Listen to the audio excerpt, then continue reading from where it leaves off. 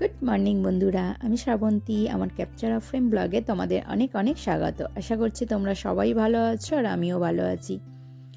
আজ হচ্ছে 23শে জানুয়ারি, বৃহস্পতিবার, আর এখন ঘড়িতে বাজে প্রায় 9টার মতো। আর এখন থেকে তোমাদের সাথে নিয়ে আমার ব্লগটা স্টার্ট করছি। আশা করছি তোমাদের ভালো লাগবে। তো আজকে হচ্ছে নেতাজির জন্মদিন, মেয়ের মোটামুটি ছুটি, আর কর্তামশাইয়ের ছুটি নেই। তো যেহেতু সেন্ট্রাল গভর্নমেন্টের কোনো ছুটি নেই, তো সেই জন্য ও বাড়িতে নেই। সেরকম স্পেশাল কিছু রান্নাবান্নাও নেই। তার উপর মেয়েটারও শরীর খারাপ। তো সকালের বাসি কাজকর্ম সেরে নিয়ে স্নানটা সেরে নিয়েছি। আর আজকে যেহেতু বৃহস্পতিবার, আজকে বৃহস্পতিবারের একটু পুজোটা সারবো। তো প্রত্যেক বৃহস্পতিবারেই যে আমি ঘট পরিষ্কার করে নতুন করে ঘট পাতি তা নয়। তো অনেক দিন ছাড়া ছাড়া আমি ঘট পাতি, আর সেই ঘট পরিষ্কার করার জন্যই আজকে লেগে পড়েছি। আজকে একটু গরম জল সার্ফ নিয়ে নিয়েছি, আর তার মধ্যে যেহেতু এইগুলো সিঁদুরের দাগগুলো খুব জেদিভাবে বসে গেছে, তো সেই জন্য একটু ভিজিয়ে রেখেছি। আর তারপরে 5-7 মিনিট পরে হচ্ছে পিতাম্বরী পাউডার দিয়ে চেপে চেপে মেজে নিচ্ছি। অন্যান্য দিনগুলোতে ঠাকুরের আসন ভালো করে ঝেড়ে পরিষ্কার করে নতুন আসন পেতে তারপরে প্রত্যেকটা ঠাকুরকে ঝেড়ে মুছে তারপরে পুজো করি। ঘরটা নতুন করে পাতি না, কারণ প্রত্যেক সপ্তাহে কিন্তু সময় হয়ে ওঠে না। কারণ মেয়ের পড়াশোনা আছে, তাকে নিয়ে আসা দিয়ে আসা, তো অনেক রকমের কাজকর্ম থাকে। তো সেই জন্য পেরে উঠবো না বলেই আমি প্রত্যেক সপ্তাহে ঘর পাতি না নতুন করে। তো অনেক দিন হলো বেশ, তো পরিষ্কার করা মাঝে মাঝে প্রয়োজন আছে। আর এই দাগগুলো কীরকমভাবে জেদি দেখতে পাচ্ছ, একেবারে বসে গেছে, উঠতেই চায় না। তো এই সব বাসনপত্র কিন্তু আমার শাশুড়ি মার, মানে অনেক পুরানো বাসনপত্র, এই জন্য একটু কালচে কালচে হয়ে গেছে। আর সেইগুলো যেহেতু মা সেই সময় অত ভালো করে পরিষ্কার করেনি, বা দীর্ঘদিন ব্যবহার করে করে কালো হয়ে যেতে পারে, তো সেই জন্য একেবারে যে চকচকে হবে সেরকম আশা করছি না। মোটামুটি পরিষ্কার একটা হবে।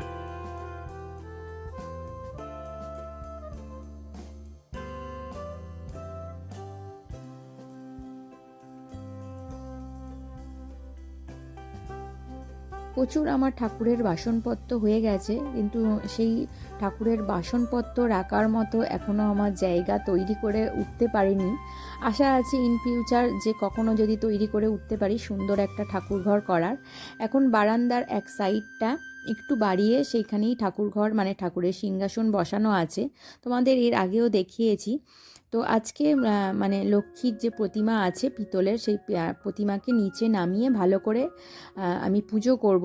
কারণ ওপরে ক্যামেরা রেখে করার মতো মানে জায়গা নেই, তো সেই জন্য নিচে পেতে ভালোভাবে, তাহলে ক্যামেরাটাও করা যাবে আর পুজোটাও সুন্দরভাবে হবে।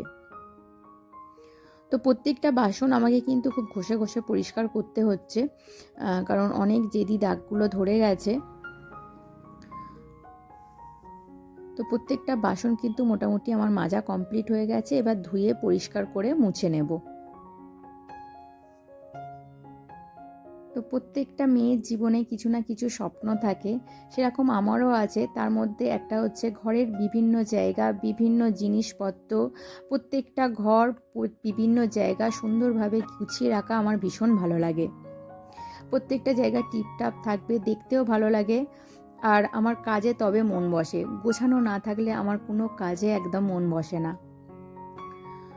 তো এখানে লক্ষ্মী প্রতিমাটা নিয়ে চলে এসেছি, আর মাকে একটা লাল আসনের ওপর বসিয়েও দিয়েছি। এবার ঘরটা পাতবো। তো যেহেতু অনেক সময় ঘট পাতার সময় জল ঢালার সময় জল পড়ে যায়, তো সেই জন্য আমি একটা পাথর বাটি নিয়েছি, আর এর মাঝখানে আমি একটুখানি টবের মাটি নিয়ে গোলভাবে বসিয়ে দিয়েছি। কারণ ঘট শুনেছি যে একদম নিচে বসাতে নেই, তো এই জন্য মাটির ওপরে বসিয়ে দিলাম। আর এরপরে গঙ্গা জল ভরে দেব। আর হচ্ছে আমপল্লব যে আছে, এই পিতলের যে আমপল্লব আছে তাতে বা সিঁদুর দিয়ে ওর ওপর দিয়ে দিলাম। আর এখানে যে ডাব আছে পিতলের, সেটাতেও সিঁদুরের স্বস্তিক চিহ্ন এঁকে দিলাম।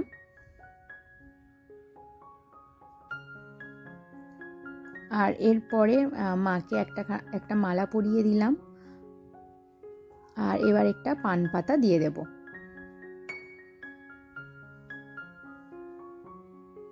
এবার ফুল দিয়ে ভালো করে একটু সাজিয়ে দেব। তো উপরের ফুলগুলো দিলে পড়ে যাচ্ছিল, তো সেই জন্য আমি একটু নিচেই দিয়ে দিলাম।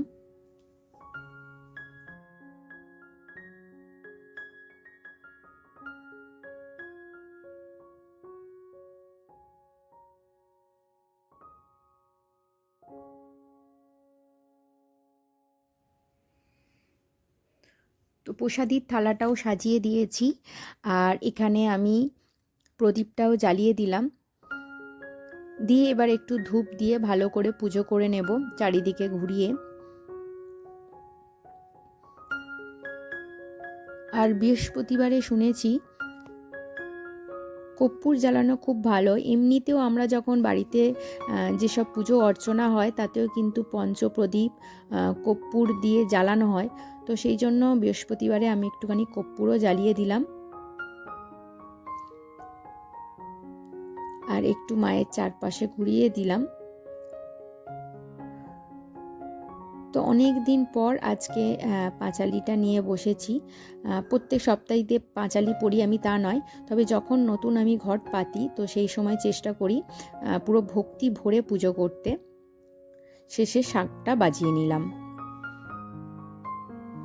তো পুজোটা কমপ্লিট করতে করতে বেশ সময় লেগে গিয়েছিল। তো আজকে বানাবো ক্ল্যাপ কচুরি। তো ক্ল্যাপ কচুরির জন্য আমি আগেই ময়াম দিয়ে ভালো করে মাখিয়ে ময়দাটাকে রেখে দিয়ে গিয়েছিলাম। আর এখন পুর তৈরি করে নিচ্ছি। ক্ল্যাপ কচুরিগুলো খুব একটা বড় হয় না, কারণ ছোট ছোট হয়। হাতের তালুর সাহায্যে যে যতটা চাপ দিয়ে কচুরিটা বানানো যায় সেরকম। আর এমনি কচুরির যে পুরটা বানাই আমি সেইভাবেই পুর বানিয়েছি, অন্যভাবে আর কিছু পুর দিইনি। তো কর্তামশাই একবার বলেছিল যে ক্ল্যাপ কচুরির কথা, আর সেটা শুনে আমার মেয়ে বারবার বলছিল ক্ল্যাপ কচুরির কথা। তো সেই জন্যই কচুরি করতে চলে এসেছি।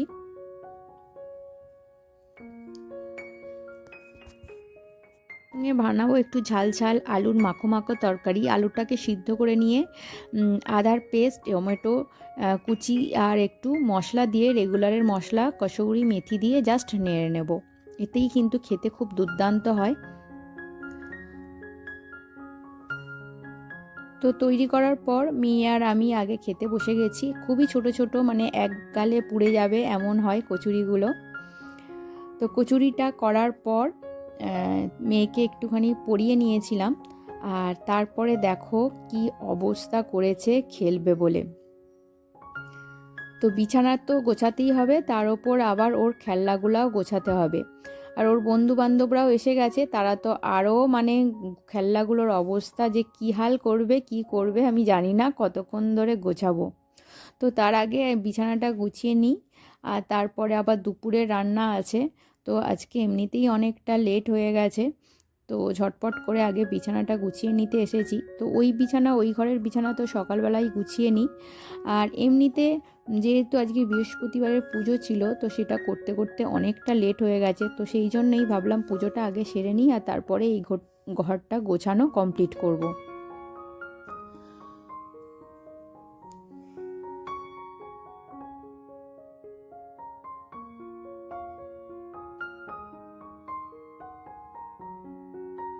তো আগে তো এসে মেয়ের সব বন্ধুরা ঘেটে ঘুটে খেলনা নিচে নিয়ে গেছে, আবার এসেছে ওরা খেলনা আনতে।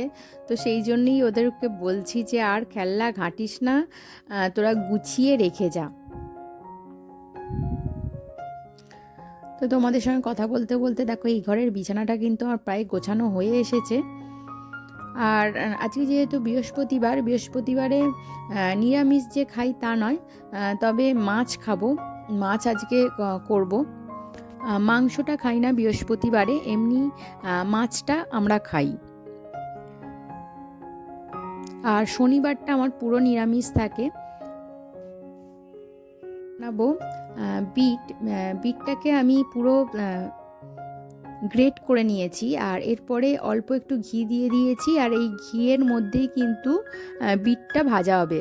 তো এই বিট ভাজাটা খেতে এত সুন্দর, এইটা দিয়েই কিন্তু পুরো ভাতটা খাওয়া হয়ে যাবে। তো তার সঙ্গে করব একটুখানি মেয়ের পোস্ত আলু ভাজা, আর করব মাছ আলু বড়ি দিয়ে একটা ঝোলঝোল তরকারি, ব্যাস আর কিছু করব না।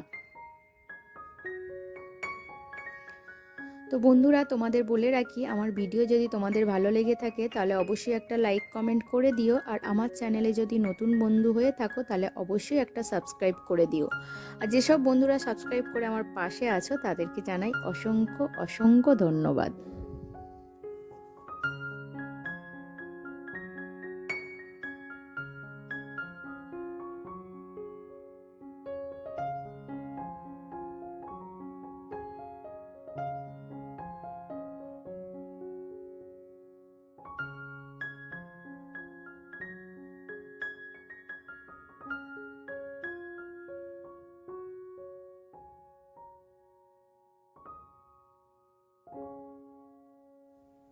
তো এইদিকে আমার বিট ভাজাও কমপ্লিট হয়ে গেছে, পোস্ত আলু ভাজাও কমপ্লিট হয়ে গেছে। আর এখানে 2 পিস কাতলা মাছ ভেজে নিলাম। বড়ি, আলু আর কাতলা মাছ দিয়ে এই পাতলা ঝোলটা কিন্তু খেতে ভীষণ টেস্টি হয়। তো এর সঙ্গে অল্প একটু বেগুনও দেওয়া যেতে পারে। বেগুনটা যেহেতু তরকারিতে মেয়ে খুব একটা খেতে পছন্দ করে না, তো সেই জন্য আমি বেগুনটা দিলাম না। তো আলু, বড়ি আর টমেটো সমস্ত কিছু ভেজে নিয়েছি, আর এই টমেটোর ওপরেই একটুখানি আদা আর জিরে বাটা ভালো করে কষিয়ে নিলাম। স্বাদ মতো লবণ আর হলুদ গুঁড়ো, ধনিয়া গুঁড়ো দিয়ে দেবো একটু, আর সামান্য একটুখানি কাশ্মীরি লঙ্কা দেবো। ঝাল লঙ্কা দেবো না, কারণ তাহলে মেয়ে খেতে পারবে না। দিয়ে এবার জল দিয়ে দিয়েছি, আলুটা সিদ্ধ হোক। হাফ সিদ্ধ হয়ে এলে এবারে বড়ি আর মাছ তুলে দেব।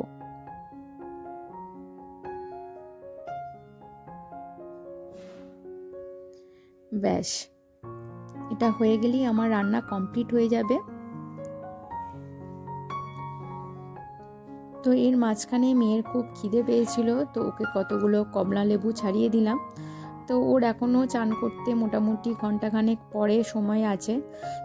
ঘন্টাখানেক বলবো না, আধ ঘন্টা। তো সমস্ত কিছু করতে করতে ঘন্টাখানেক লেগেই যাবে। তো ততক্ষণে ও একটুখানি লেবু খাক, আর ওইদিকে রান্নাবান্না কমপ্লিট করার পর একটুখানি গুছিয়ে নিতে হবে, সমস্ত কিছু পরিষ্কার পরিচ্ছন্ন করে নিতে হবে। তো মাঝখানে আমি সমস্ত কাজগুলো কমপ্লিট করে নিয়েছি, আর এখন একটু মেয়েকে খাইয়ে নেব।